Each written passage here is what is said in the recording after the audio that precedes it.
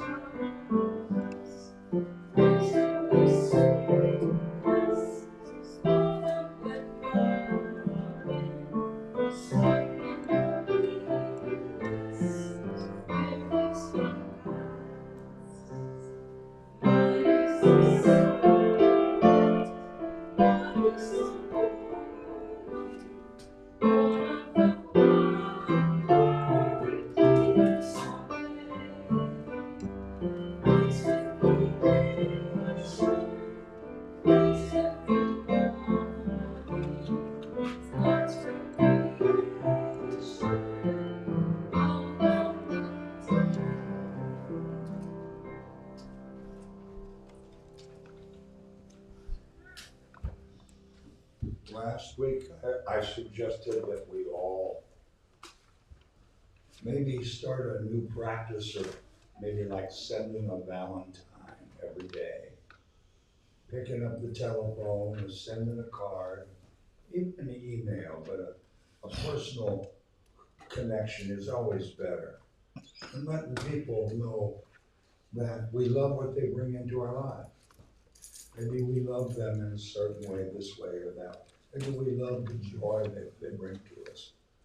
Or maybe I have a couple of friends and I love the way they keep me in line.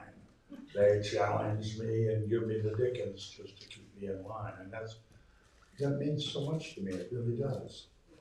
And so I'm going to ask again, if we all ask ourselves, did we send enough Valentines? Did we send the Valentines we could have this week? Are we going to this next week? I have to be honest. I didn't send many Valentines this week because I was very exasperated, angry, and ill and hurting. And it was just a crummy week. You know, we all have a lot of those. But then Friday, I started thinking about today, and I wrote down the first thing I thought about, did we send all the Valentines we might have? And I didn't get to it last week, but I will this week. And I ask you to join me. I just think there's nothing that makes us feel any better than when we tell someone we appreciate them. We acknowledge what they mean to us in our life. And not only does it make us feel good, how do you think it makes them feel? So that's our little opening statement this morning. Now, for you people that have gotten used to the 124-year ritual that we go through, today it's going to be a little different. And the reason it's going to be a little different is Wayne asked me if we could change some things around. And I said, sure. Now I'm trusting we won't have any tsunamis or severe flooding. I hope no trees fall in, and I hope we keep power through the whole service. But if not, I will, as your minister, assume full responsibility for any of the results. But good morning and welcome to each of you. If you're here for the first time, we just welcome you, and it won't take you but just a minute to find out we're amazing people. We just are, and you're going to be glad you came. And I'm so happy to see Ron and Keith. It's just good to see both of you guys, so glad you're here. Next Sunday, I better go through this. Thursday morning, 10 o'clock, spiritual book study in the hall. Then Friday, no, a week from Friday will be our Bring Out Danger. Next Sunday will be potluck. And we're also having a guest speaker. And his name is Dick Meyer. And he usually sits right about where Ron's sitting. And today, I should tell you a little bit about Dick. He did a meditation for us a while back. Dick is also one of the backup ministers out of the community church at Oakland and has been for years. So I'm looking forward to hearing his talk. I'm going to take the day off, but I'm going to be watching it on the YouTube. So I'm anxious to hear what he does. So and it's potluck, and then it'll, what's that? Dumplings. Oh, next week is dumplings. So ladies, I may suggest you get that gentleman. You may get with Bonnie today and work out all the details, because there are details to chicken and dumpling day. So thank you for reminding me of that. Any other announcements? Oh, yes. Script. I picked up some forms that you could actually take right back into Oliver's and get signed up for eScript at Oliver's. I've not been successful in compiling a list of all of the merchants, but I will get that, and I'll keep working on that for you.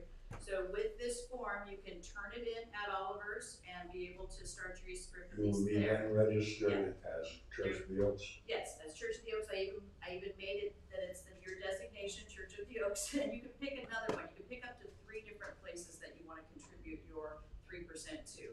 I give all of mine to Church of the Oaks. As we should. As we should, as we should.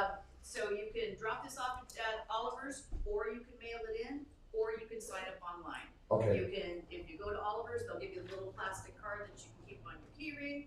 I don't like all that plastic, so I just use my phone number. Okay. So I'll have these at the back. Thank you very much. Appreciate that. Any other? Yes. I just recently found out that the Girl Scouts of America support transgender folks, and they refuse to take money from any anti-transgender groups. So if you're going to buy cookies, buy 2. Thank you very much. And we will. Girl Scout cookies are some of the best experiences I've ever had in my life. So. Anything else? All right. So now, Mr. Flush, would you care to grace us with an excellent mini message? We'll see. Okay.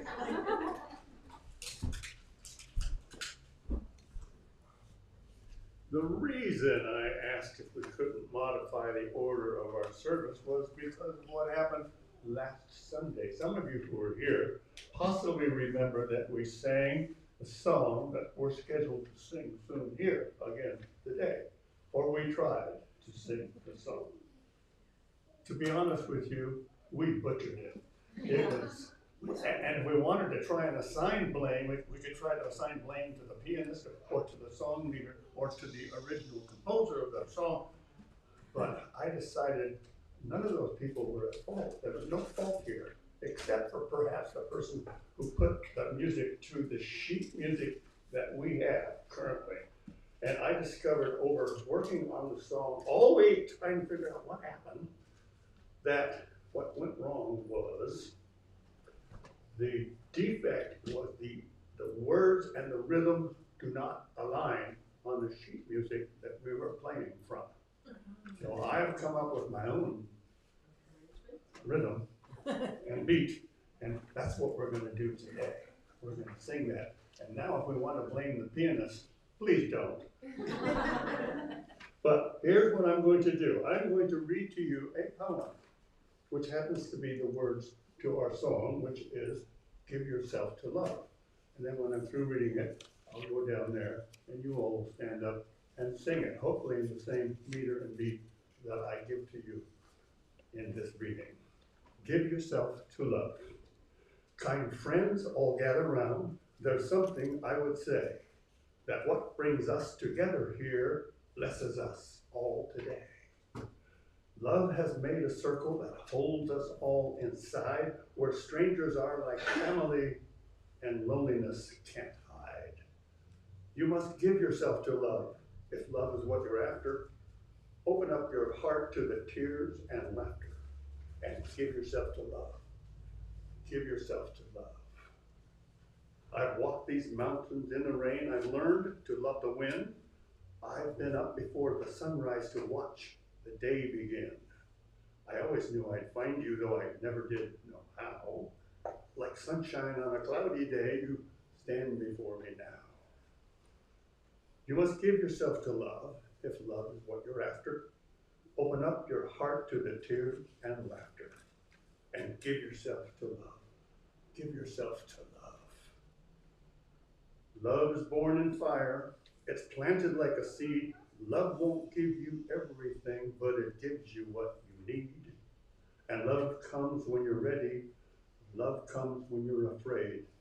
It will be your greatest teacher, the best friend you have made. You must give yourself to love, if love is what you're after. Open up your heart to the tears and laughter, and give yourself to love. Give yourself to love. And give us all a lovely rendition of Give Yourself to Love. Stand, please. Thank you, Wayne.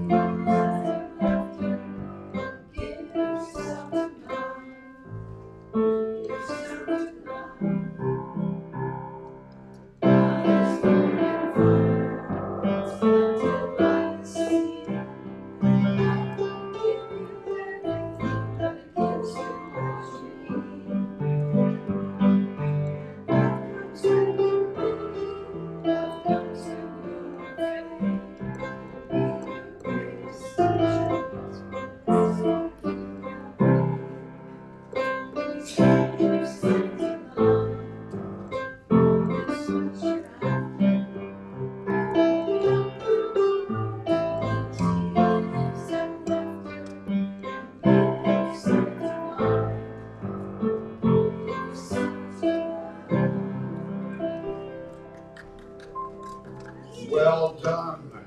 Now, if you are here for the very first time, you are now going to be able to take part in a tradition, and that is how we welcome each other at Church of the Oaks, however you might be comfortable.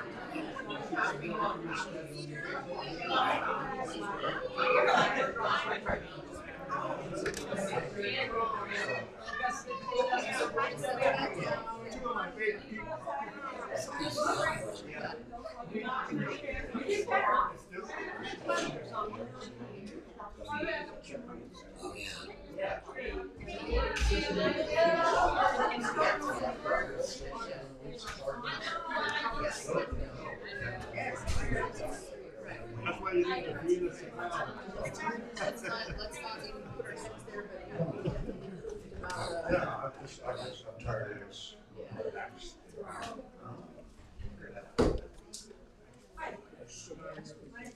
Something's coming to your eye. We're not building it a huge enough. Oh.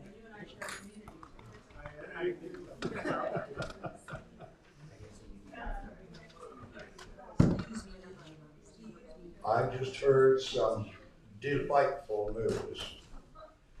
Isn't that word delightful a cool word? I love that. Remember Jimmy Dean, the sausage guy, the country music guy, Jimmy Dean show and he had the first Muppet, the dog, Rolf the dog was the first Muppet. He gave Jim his first opportunity to have a Muppet on his morning show. But Jimmy Dean used to use the word delightful, and when he teased, it's just delightful. And just, yes. Kendra and Catherine are celebrating their 6th anniversary today. That's delightful. I also neglected to remember in a timely fashion, didn't totally forget, but a week from tomorrow, the 26th, we start another healing circle at 7 p.m. right here. So, did I forget anything else, Wayne? I don't think so, Question. Yes. but I forget. When's the cabaret restarting? The first cabaret is probably going to be April 20-something, 5th, I think, and it will be the Bluebirds. And if take your medicine never starts performing again, like when my book gets well, then we'll be the next one. So we'll see how that goes. Anything else going on? Okay. Now I gotta look. It's all messed up. I've been 20 years we've had the same stuff. Abundance. We can handle abundance. Where? Yes. Last night, a guy's roommate is now in convalescent home. Okay. Almost like this. Okay. I don't think. Okay. Well, let's keep our energy out and our highest good light shining, If we could or just whatever. a minute, Okay, let's just take a moment of silence. What's his name? Rex. Rex. Let's take a moment for Rex. Give him our love and our support.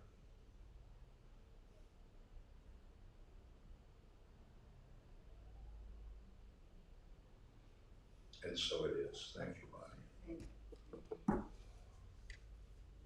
We celebrate our abundance in so many ways. It's like singing to the choir when I talk about abundance. We have a basket at the back. If you choose to make a gift, we don't pass the basket. We don't ask for money. We try to, each of us develop a practice of sharing our time, our talent, our thought, and our treasure. And that has to be a decision, a choice we make to keep that flow going through us. And abundance is just one of the flows of our many facets of life. And we seem to do it all the time. Every time we turn around, we're sharing with this and sharing that. And tithing money, tithing and sharing our time and our talent and our thoughts with different nonprofits, with each other, with our community.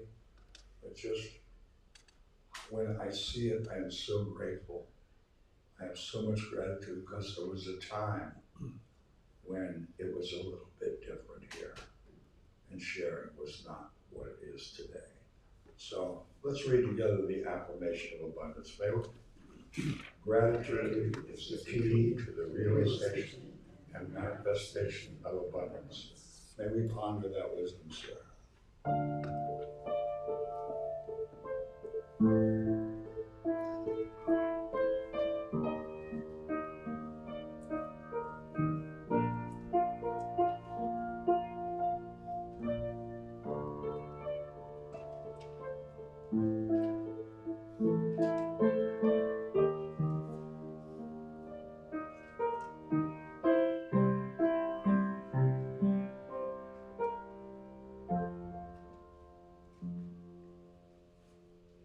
Thank you, Wayne. As we prepare for our meditation this morning, let's sing "Be Still and Know That I Am God," number 69.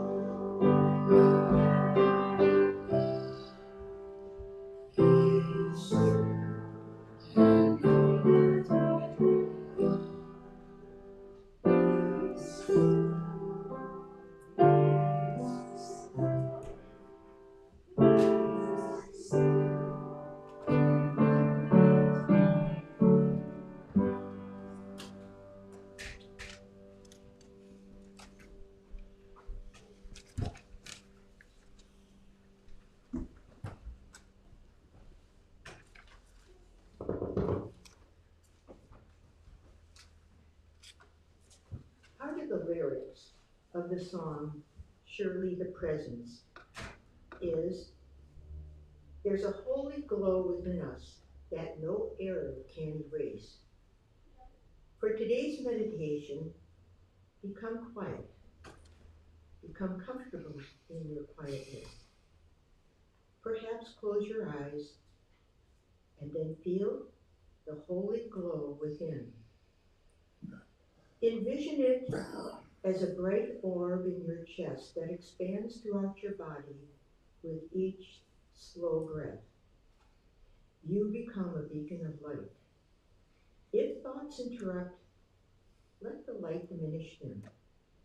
Focus on your holy glow and bless yourself and any others that you wish to.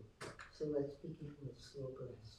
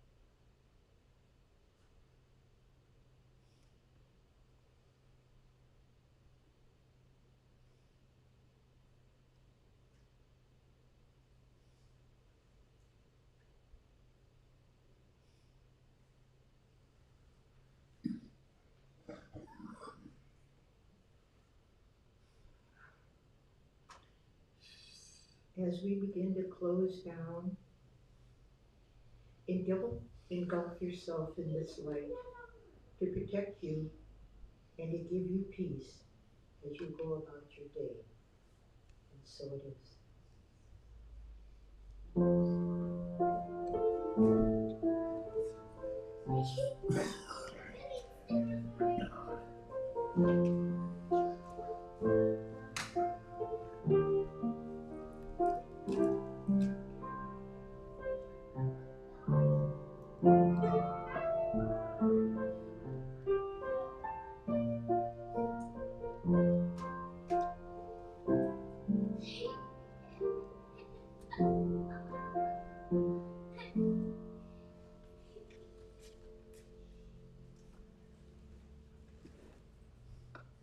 I watched an extremely interesting TED Talk a while ago, I don't know, 6, 8 months ago, maybe a year ago.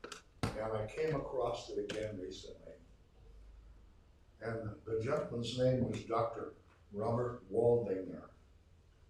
And he happens to be the 4th director of the longest running study on human development and behavior. It's out of Harvard University. It was started in 1938. And when it was started, they started with 268 sophomore students at Harvard, of which JFK was one, and 456 young men from the poorest, most depressed areas of Boston. And they have run these checks to study annually for the last, now it's 84 years. In 2015, when this TED Talk first aired, they were celebrating 75 years of this study. At that time, they had 60 of the original 724 men still alive. They also started keeping data and studying their wives, their children. There's like 3,000 people in this study now. And what they found was that with all the Harvard grads and all the senators and lawyers and doctors and all the rich people and all the poor people, the happiness and good health of all 724 of these people was totally dependent upon the quality of the relationships they had in their lives.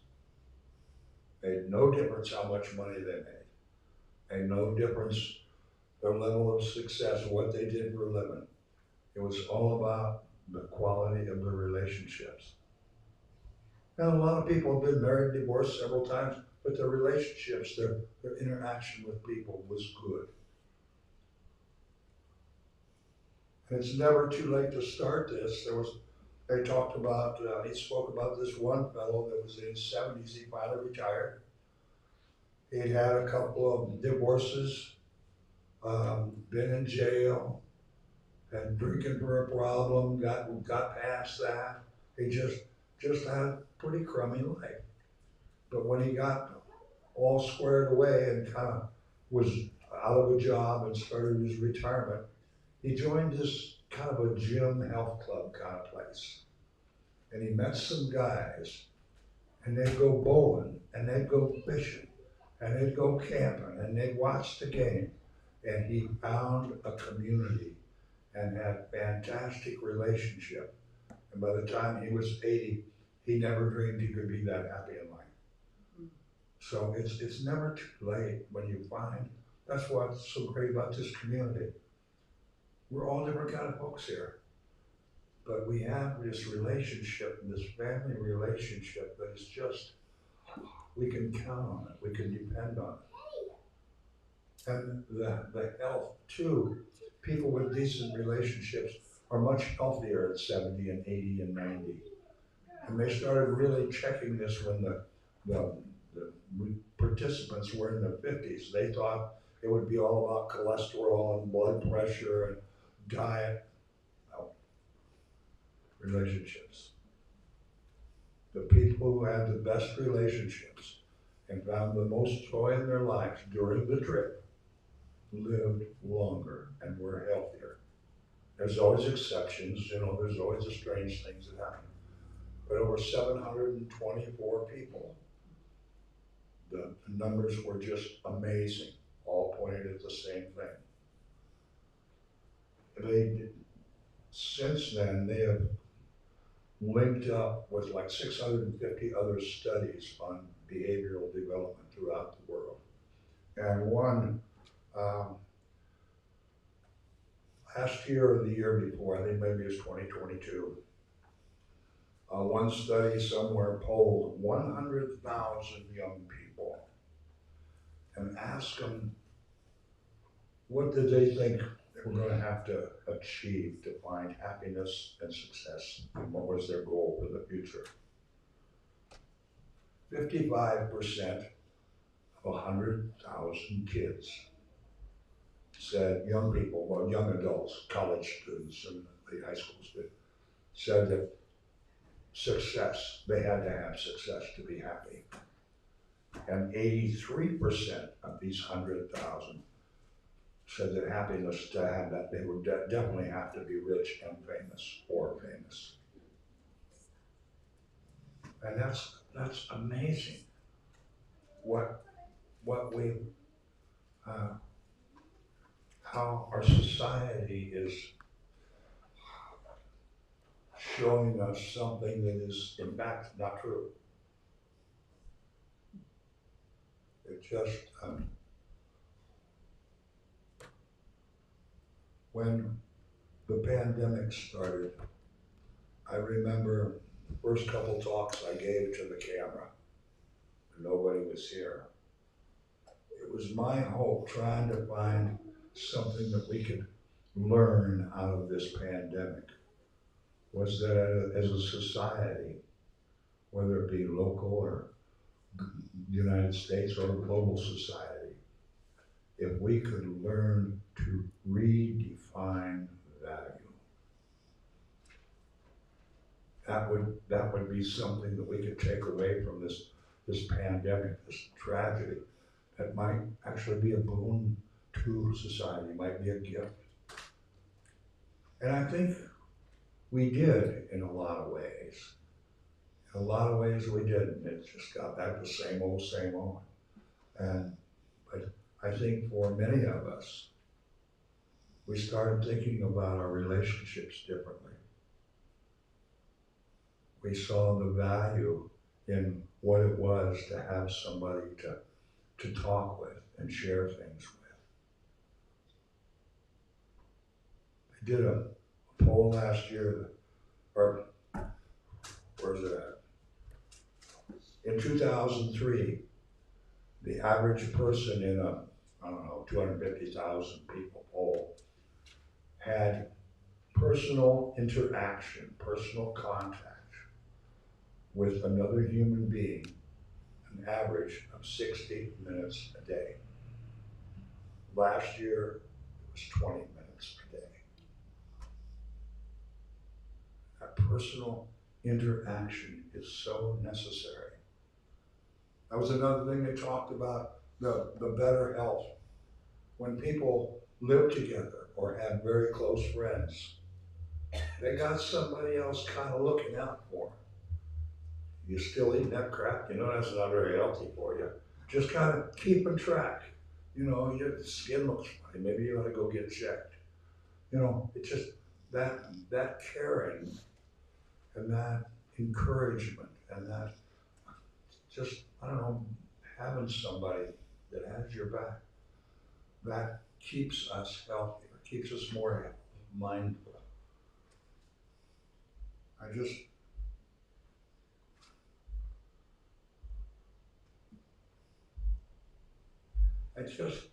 think about my life and the lives of the people that I know something about here, and I know some of you very well. relationships are valuable. They are important. And maybe what I could suggest that we take a look at this week is maybe we've got some relationships that need to be let go of because they are not good for us. They are negative. They do suck the air out of your life. But then maybe we have some other relationships that kind of bummed out right now. What could we do to maybe enhance, improve, or enrich those relationships? There's time to have a little sit down and say, you know, this is important to both of us. Or maybe it's a whole family. This is important. We all get together. We got some issues and troubles. Maybe let's sit down and talk about how can we work together? Because we love each other. How can we work together and work this mess out? Because if you want to, you can. And if you work at it, you can. Because these things we call relationships, and they can be, you know, a next door neighbor friendship. They can be a love relationship. They can be the relationship you have with your Waynes and the Sirs, and we all have little groups we're in, the Catholic. Thank you. We all have these groups that we're part of. Those are relationships. They take up our time and they allow us to interact in person with other human beings that have irregularities just like we do, that have some disappointments just like we do,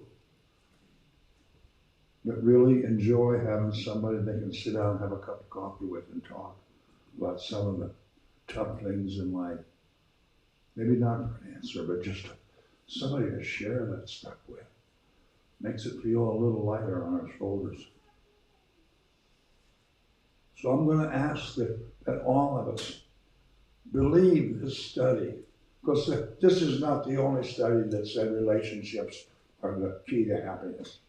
There's lots of them, but this is the longest one in the history of studies. And they've got millions of sheets of paper with data that all say the same thing. And when they study the same people for 84 years, that's pretty incredible, actually. And their wives and their children, they look at their doctor's reports.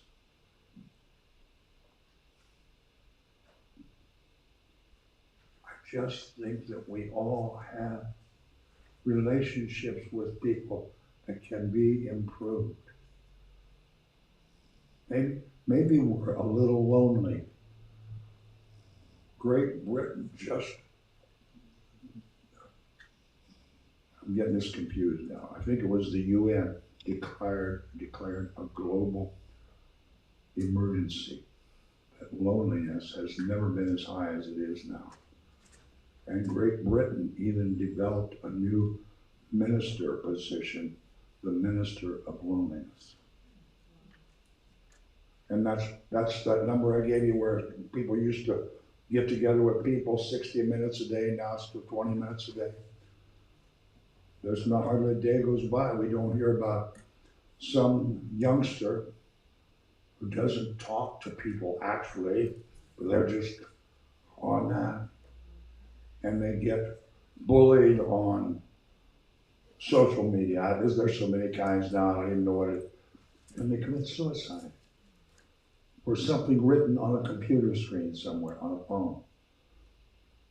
Have they not been able to have somebody they can actually talk to and depend on? Let's make sure that our youngest little lady back there doesn't spend all her time with her face on her phone. That's why it's so great that she comes here and interacts with us and runs around. We go next door for fellowship, and she talks to everybody.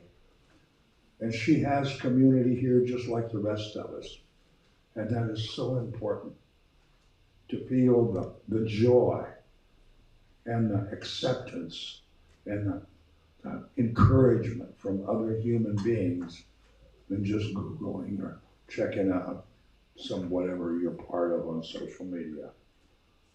It's so cold and really brings no value other than just data to your life. So I hope all of us maybe do a little inventory. If we got some loneliness going on, there's a million organizations that need people, nonprofits that need volunteers to do something. Well, I'm going to go off on another tangent now. When we first got involved with COTS, the head lady in charge of what we were involved with, she came here and spoke actually one time. Her name is Jules Pelican. And Jules is a magnificent lady. I was over at the Occidental Community Center at a concert, and she and her husband participate in funding that and keeping that going and getting volunteers to make that go.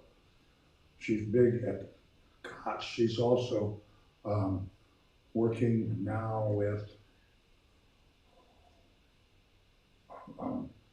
hospice group, Sonoma County Hospice Group. But I said, Jules, come on up to Church of the Oaks and I'll give you a tour. And she said, oh, I've been coming to Church of the Oaks for 10 years, 15 years. You have? I've been there pretty much every Sunday for 22 years. She said, no. You graciously allow us to use your sanctuary for a threshold choir that Dr. Venus is part of, and so many people in town are part of. And that's a choir that they call it the Threshold Choir, and they sing at passings and births. And I told her, isn't it strange? Isn't it wonderful? When you come in contact, when you know people that love their communities, love and serve their fellow peoples, and they keep popping up all over everywhere you go. When other people are important to them and they serve other people, you keep bumping into them. It's just like the people in the corral that I've known for years doing other deals and other nonprofits. And there is so much satisfaction in that, in being in that relationship with those kind of people. There's satisfaction, there's encouragement, and it allows us to keep that flow of giving and sharing going.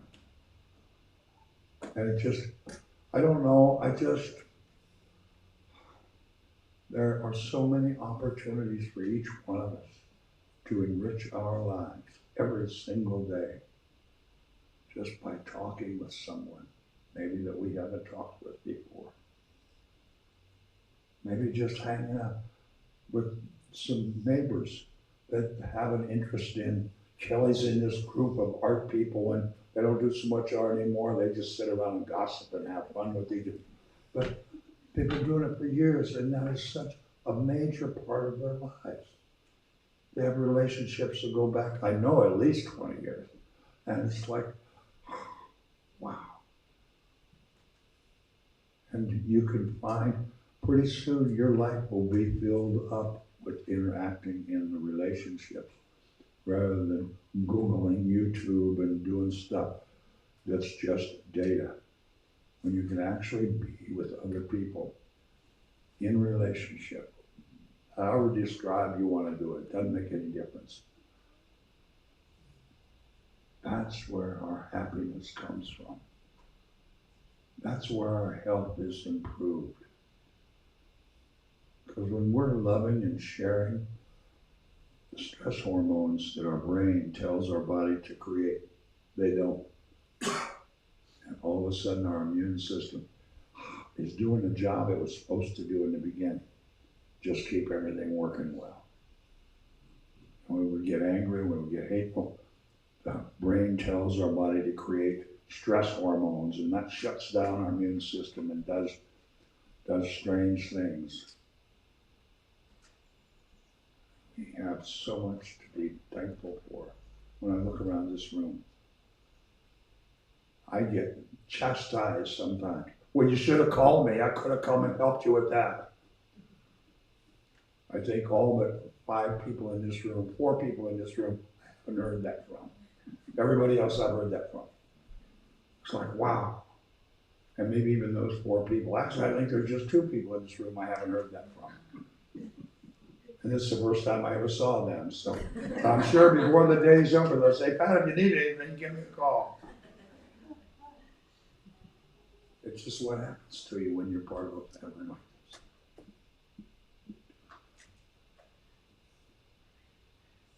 We are so fortunate, my dear friends. Maybe let's just take a moment and just feel thankful that we have the people in our lives that we have.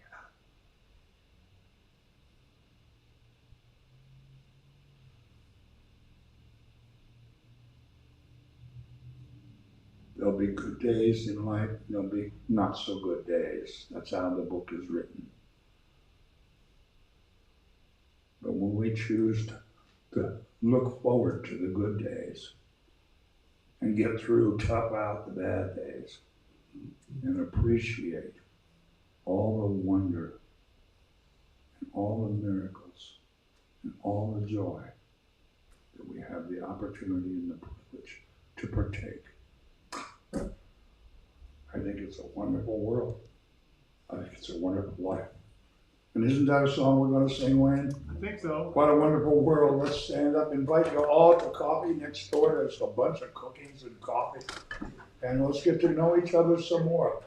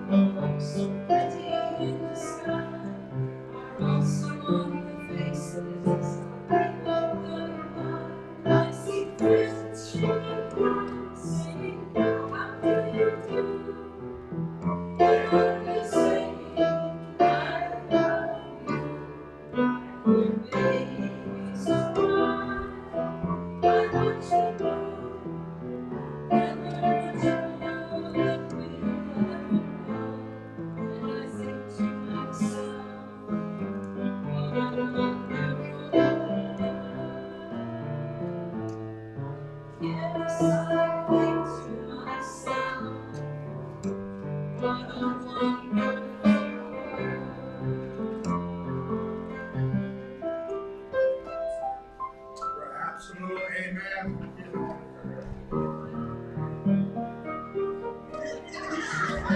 Sing amen.